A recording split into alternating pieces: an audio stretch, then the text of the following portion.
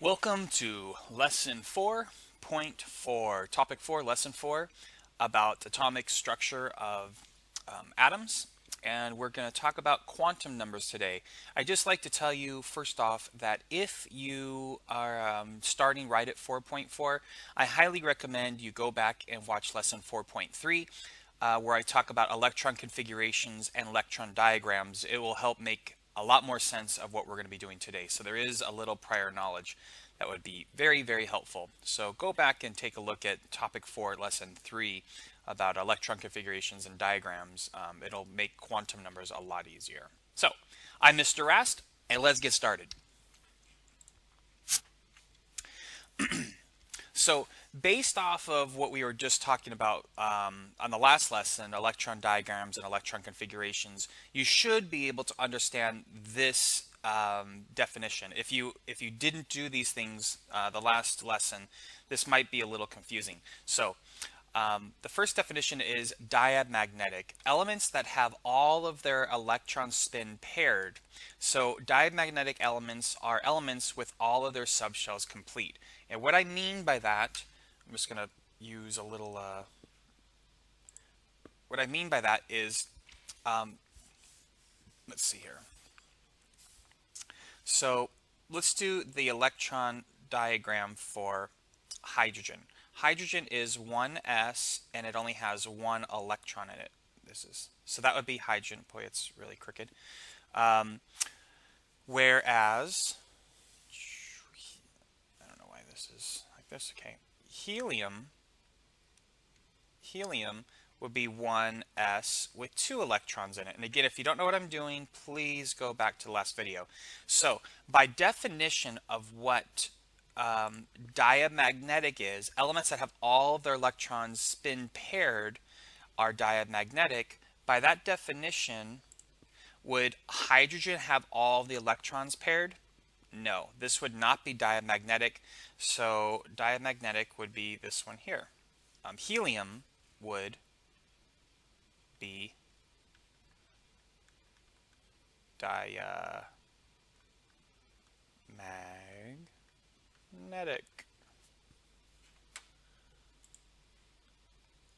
Okay, so helium would be diamagnetic, hydrogen would not, because the electrons are paired. So if you look at your periodic tables, you'll find that helium would be the first diamagnetic element, beryllium would be the second, and neon would be the third. So how would you figure this out? If you look at your periodic table, let's take a look at one right here. If we look at our periodic table, we can see the very first one that would be paired would be helium. The next one would be beryllium because all of them are paired. Boron, carbon, nitrogen, oxygen, fluorine would not be. It wouldn't be until we fill up the whole P block and get to neon. So basically, all the elements at the end of a block are diamagnetic. So helium, beryllium, magnesium, calcium, all these guys here are diamagnetic. All of these guys here are diamagnetic. The end of the D block, these would be diamagnetic, and the end of the F block, these would be diamagnetic. So what are the other elements? The ones that are not diamagnetic are paramagnetic. This means that not all of their electrons are paired. So things like hydrogen. Hydrogen would be paramagnetic. This one here would be paramagnetic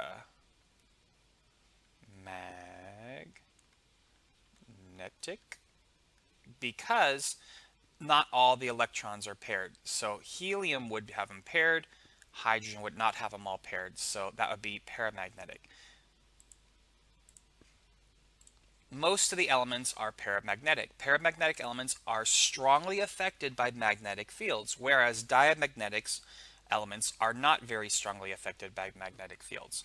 So we find that, so these guys here are diamagnetic, these ones here are para. The S block only has 2 choices, so it's 50-50. But when we look at the P block, only the ones at the end, so only one of 6 of them are diamagnetic. The rest of them are strongly affected by magnetic fields, and the same thing goes with your D block and your F block. So that's why most of the elements, these are all paramagnetic, and these guys here would all be paramagnetic. So most of the elements on the periodic table are paramagnetic. All right.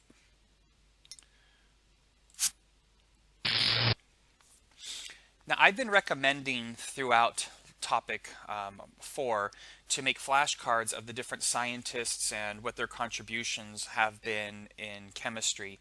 I would suggest adding one more to your cards. This is the Pauli Exclusion principle. The Pauli Exclusion principle states that within an atom, no 2 electrons can have the same set of quantum numbers. And I know right now you're saying, I don't know what a quantum number is. I'll explain that to you, and I'll kind of simplify what this means in terms that if you did the 3rd lesson, you'll understand what I'm talking about. So each electron in any atom has its own distinct set of 4 quantum numbers. So I do like to write questions like this. Let's see, does this just change the color? I don't want to do that. I wanted to delete, no, delete. All right, it deleted the whole thing. Let me pop that back up real quick for you. Sorry about the delay. Let's put this up again. Okay, so this is going to be a little review, but it's helpful for the test. So if we're taking a look here, where's our pen? Okay, if we're taking a look here, if I sometimes will draw configurations and ask you if these are correct or not. So this electron here exists in the first shell, in the S subshell, and in this orbital. There's only one orbital in S, and it's got a magnetic spin going up. The Pauli exclusion principle says that you can't have 2 electrons doing the same thing. Both of these electrons are the same thing. They're both in the first shell, they're both in the S, they're both in the same orbital, and they both have the same spin. So this is a violation, this is not possible, of the Pauli exclusion principle. So, and I'll just do a quick little review. That's Pauli exclusion, so I will see here. Pauli exclusion principle. So let's look back at this. So this would be an example of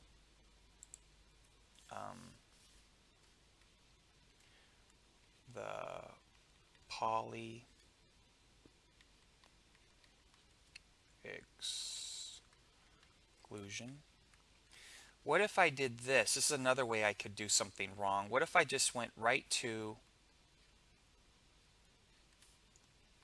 this is review from the last lesson, but if I put my first electron here and I didn't go to the lowest energy level first, I skipped, this would be the Aufbau principle. And forgive me, I may have spelled that wrong. I don't write Aufbau very often, but the first electron would go here. So by skipping the lowest energy level, that's breaking the Aufbau principle. And then I'm going to do one more example, breaking Hund's rule. If you guys remember Hund's rule.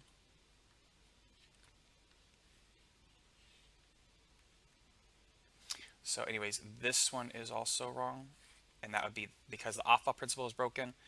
And here I'm putting electrons in properly. I'm following Pauli exclusion principle. They're all different. I'm following the Aufbau principle. I'm following them in at the lowest energy level first.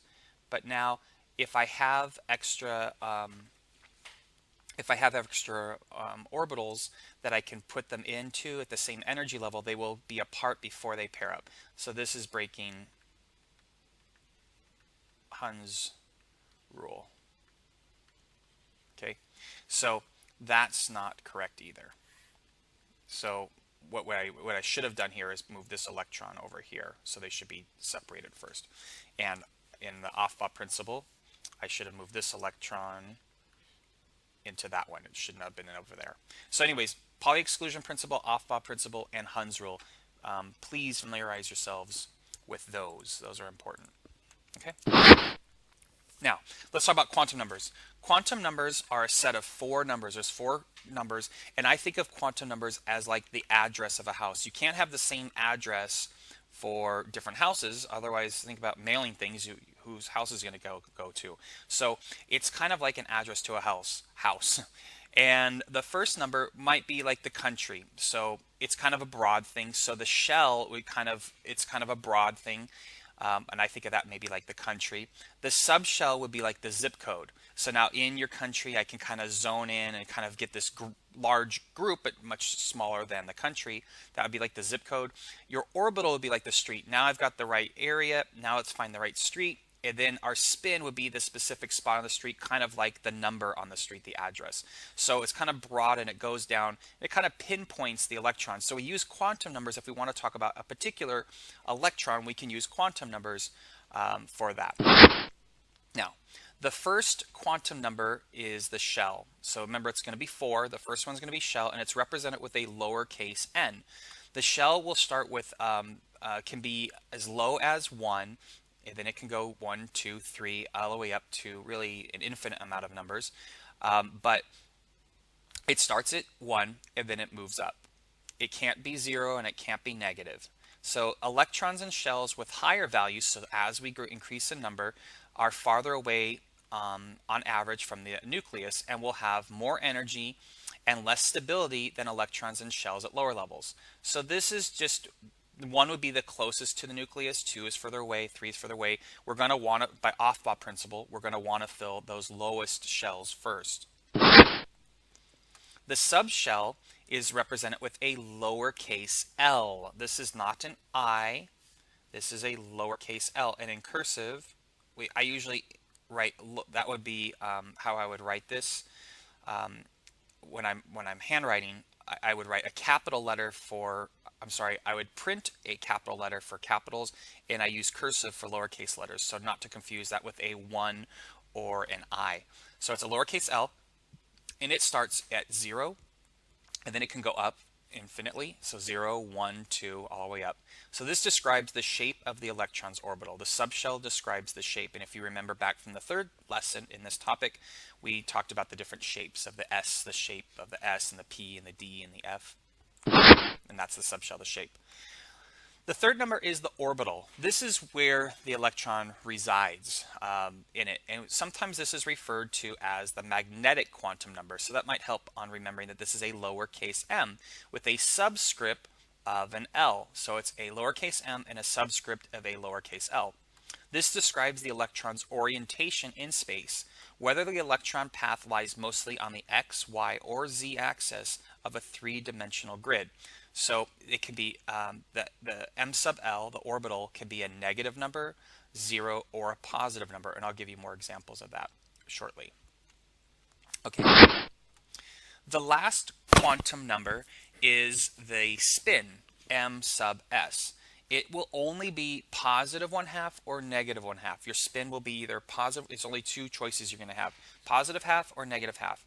Each orbital can contain 2 electrons, so each orbital, that was the magnetic quantum number, can contain 2 electrons, one with either a positive or one with a negative. And we've been illustrating that in our electron diagrams with arrows up and arrows down. I'm going to try to hopefully tie this up, make more sense here. But now let's first talk about, remember there's 4 quantum numbers. The first quantum number is the shell. The shell represents the row, or I think when you have a Bohr model, remember the Bohr model? And hope if you didn't, make sure you study. So here's the nucleus. So the first shell and the second shell, the Bohr model is really nice at illustrating, I would say, the principal quantum number. And that, you guys get it. So that would be like the first shell, the second shell, the third shell. The Bohr model does a good job of illustrating that. And on the periodic table, that is the first row would be here. The second row would be here. The third row would be here. And so as we go down the rows, we're going down in shell. We're going down in the principal quantum number. So as we go down, we just add more shells. And they want to fill the lowest shell first because, again, that's the off-Bob principle. So here's the S block, and here's the P block. Remember the P block, it's just the same row, so it's the second shell. This would be 2P.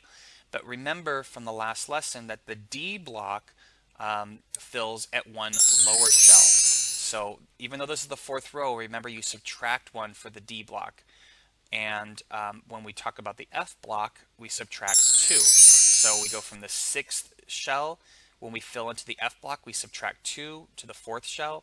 And then we come back here. Remember the 6th shell, we subtract 1 for the D, and then the P is on the same level. So if this is sketchy for you, please go back and review Topic 4, Lesson 3. Very, very, very important foundation to understand what we're talking about here. Now, the second number in your quantum number for an electron is the subshell. Now, the subshell is a numerical value of basically these shapes we talked about. So remember the S block right here? That was the S block. That will have a quantum number of 0. The P block is right here. This is the P block. That will have a quantum number of 1. The D block is right here. That's a quantum number of 2. And the F block will have a quantum number of 3. I don't know what the letter would be for a potential a fifth block, or a subshell of 4, but we can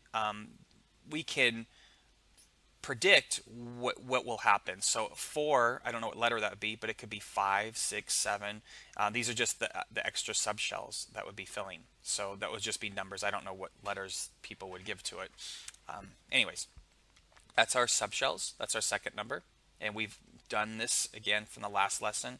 You should be comfortable with this. And just remember that it starts at 0. So S, P, D, F, 0, 1, 2, 3. All right.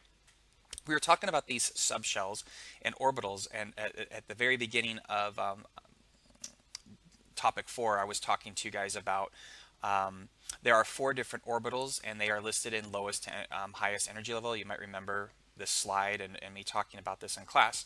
So the lowest is S, then P, then D, then F. Now, when we talked about this, we did these diagrams and we talked about the actual orbitals that the electrons fit into, and the S subshell only has 1 orbital. It can hold 2 electrons in it. That should sound familiar to you. Now remember, I just said that the subshell is a lowercase l, so S would have a lowercase l of 0, and there's only 1 box. And if there's only 1 box, we're going to give that that's the spin now where I'm talking about, the magnetic spin. I'm sorry, the magnetic orbital, not spin. That's m sub s. I'm talking about m sub l. So this, if m sub l, the orbital, if you only have 1 choice, like an S, there's only 1 box, that would be m. That would be 0, I should say. So remember, like 1s has only 1 box. This box would be a 0. That's what I'm talking about. The number for that box would be a 0. It might make a little more sense when I go to here. So P, I said, was a value of 1 from that last slide right here. P is a value of 1. So, and it has 3 possibilities, and those possibilities for the orbital would be m sub l would be -1, 0, or +1. So if you take a look here, and this is where I think some really cool, interesting mathematical pattern starts. I don't want that up yet. So P, and it has 3 possible boxes, because remember P has 3 boxes, and it will go from -1, 0 to +1. Those boxes will be -1, 0, +1, where S only has 1, P has 3, and P would be represented with the number 1. Now here's where the cool thing happens, in my opinion. D has a number 2, and it has 5 orbitals. So D has a value of 2 and has 5 orbitals. So check this out. I don't know if I can fit this here. Let's put this on that notepad again. So I'm sure there's a way to erase this easier. Just make another one. No, I don't want my mess. Sorry, guys. Let's put this back up here. So my D, I'll put these here. So for my D, I would say like 3D is the first time we see a D. And where's my, so unpredictable, this thing. There it is. Okay, D has 5 boxes. 5 boxes. And so if D was be represented with a 2, so D would be L of 2, that would mean this goes from -2, -1, 0, 1, 2. So when L is, or the orbital, I'm sorry, the subshell is 2, the possible orbitals go from -2 to +2. When the subshell is 1, it goes from -1 to +1. When the subshell is 0, all you have is 0. And therefore, we should be able to predict that the F block, having L equals 3, that's your F block. And the first time we see an F, or I'll just make a generic F.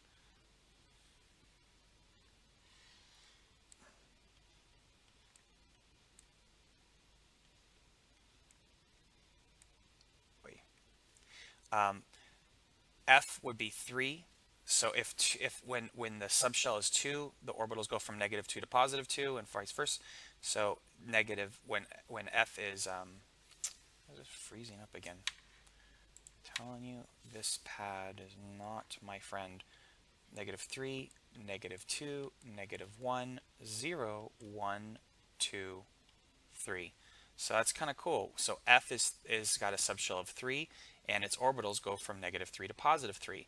Again, I don't know what letter it would be, but when L is 4, and it's not even on our periodic table, but by this pattern, we could tell that it would go from -4, -3, -2, -1, 0, 1, 2, 3, 4.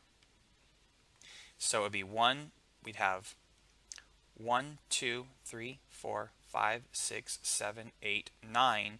We'd have 9 orbitals for a subshell 4.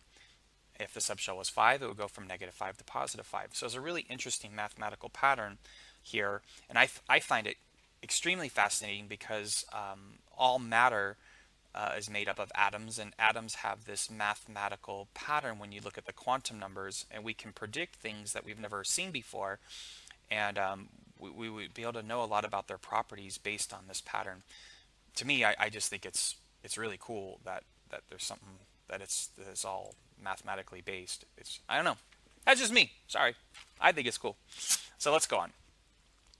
So I'm just going to kind of have a graph out what's going on here. So in the first shell, that would be the first quantum number. So in the first shell, that's right here, I have only the hydrogen and helium, which is the S block. So I only have the S block here. So in the first shell, I've only got S. In the second shell, I have S and P. So let's take a look here. In the second shell, I have S block and I have the P block. Okay.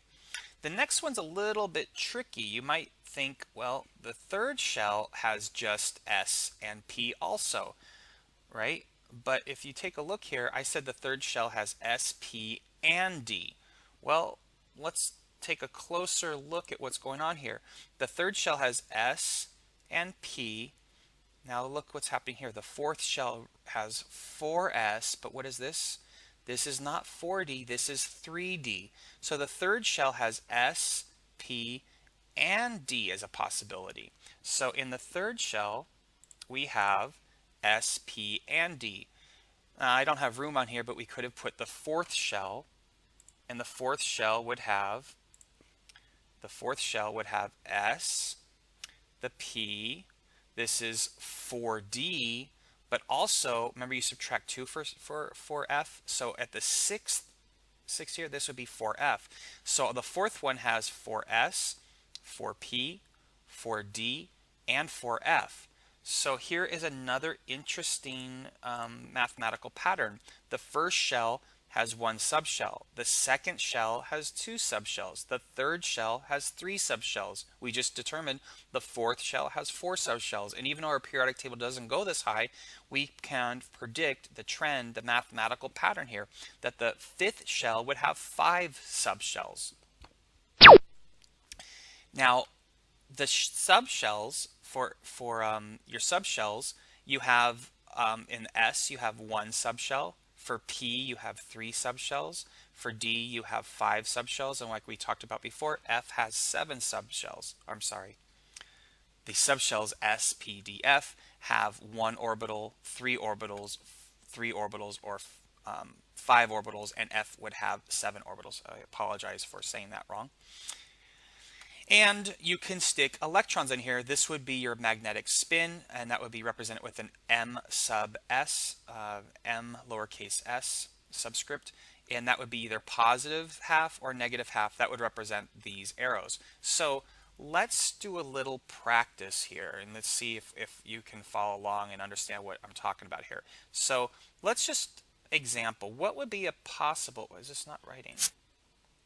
Why is this not writing?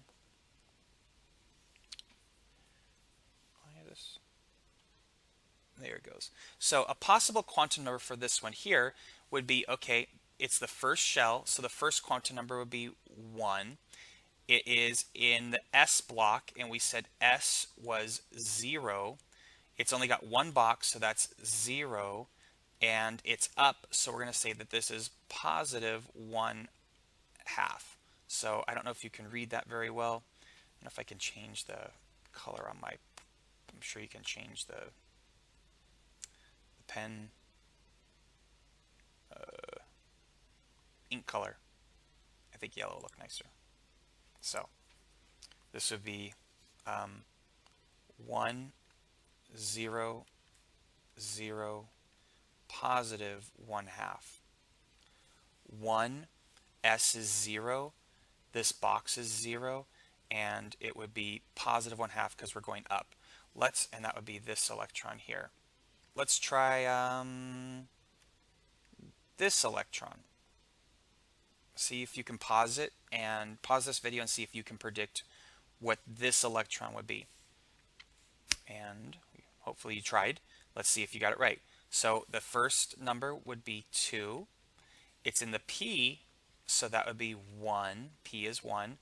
It is in this box, so this would be -1, 0, positive 1. Remember, this would be just 0, and this one would be just 0. So it would be -1 would be the orbital, and because it's going down, I would say -1/2. Hopefully you're getting this. Let's try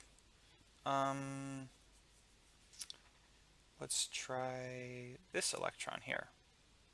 This electron goes up into this spot here. So for this one here, our first number would be 3. It's in the D, and if you can't remember what the number was for D, just start from in order. That's 0, 1, 2, so it would be 2. So it would be 0, 3, 2, and then it's this box, so this would be -2, -1, 0, 1, 2.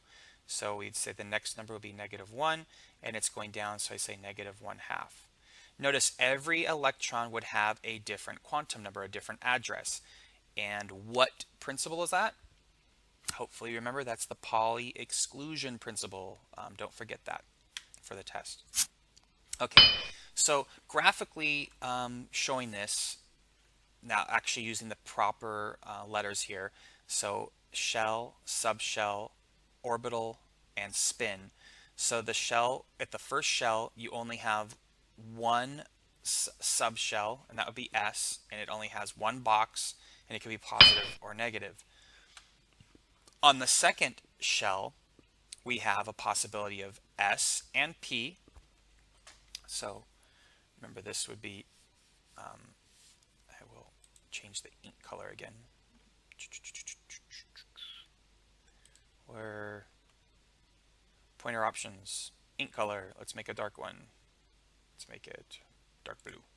Okay, so This would be S.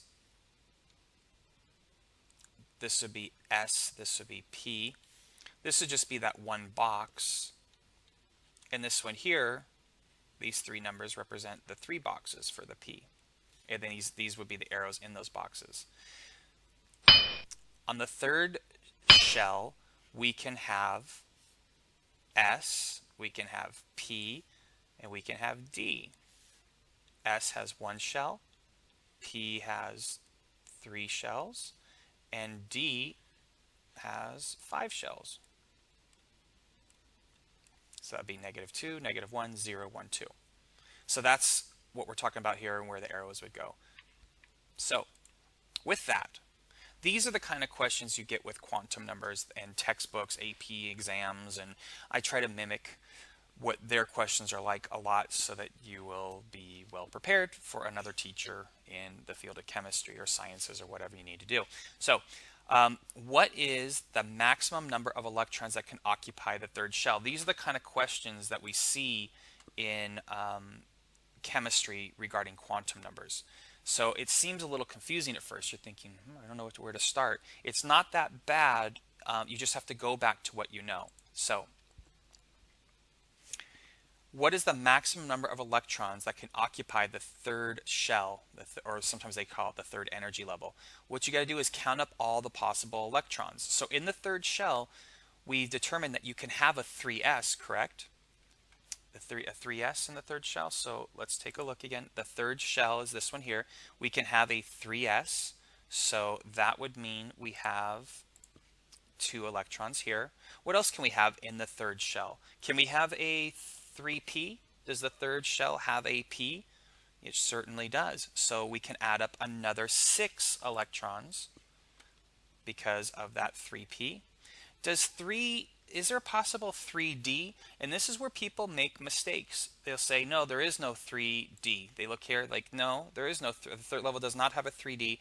You have to remember that on the fourth shell here, when we do reach the D, we subtract 1. So there is a 3D. It goes, there's a 3S, there's a 3P, and there's also a 3D. So that's where people make the mistakes, and that's why I guess they write questions like this so that you really analyze and understand what's going on here.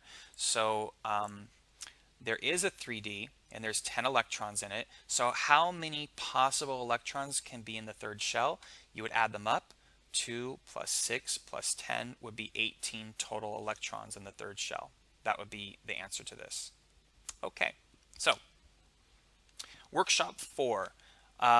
Determine which of the following are diamagnetic or paramagnetic. So what we were talking about before, if the electrons are paired, it's diamagnetic. If they're all spin paired, then it's diamagnetic. And if they're not, then it would be paramagnetic. So take a look on the periodic table. You always get to use a periodic table to do this kind of stuff.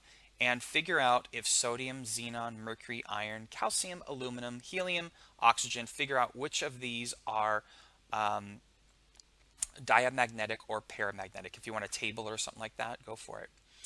The second question is, what would be the maximum number of electrons that can occupy the first energy level, the second energy level, the fourth energy level, the third subshell of the fifth energy level? So this is going to kind of require you, if you're not sure about this, to go back in the presentation, go back in your notes and make sure that you understand. Remember, energy level is the same as shell. So the first shell, second shell, fourth shell. And this is the subshell. So go back and just methodically move through it, try to set it up, and count up those electrons. Give it your best shot, and then in class we will go over those answers and verify if you got it right or not. And if you didn't, it should help figure out what you were doing wrong. If you have any questions, write them down. Make sure to ask me. I'm here to help you guys. I enjoy it, so please take advantage of it. I'll talk to you soon. Thank you.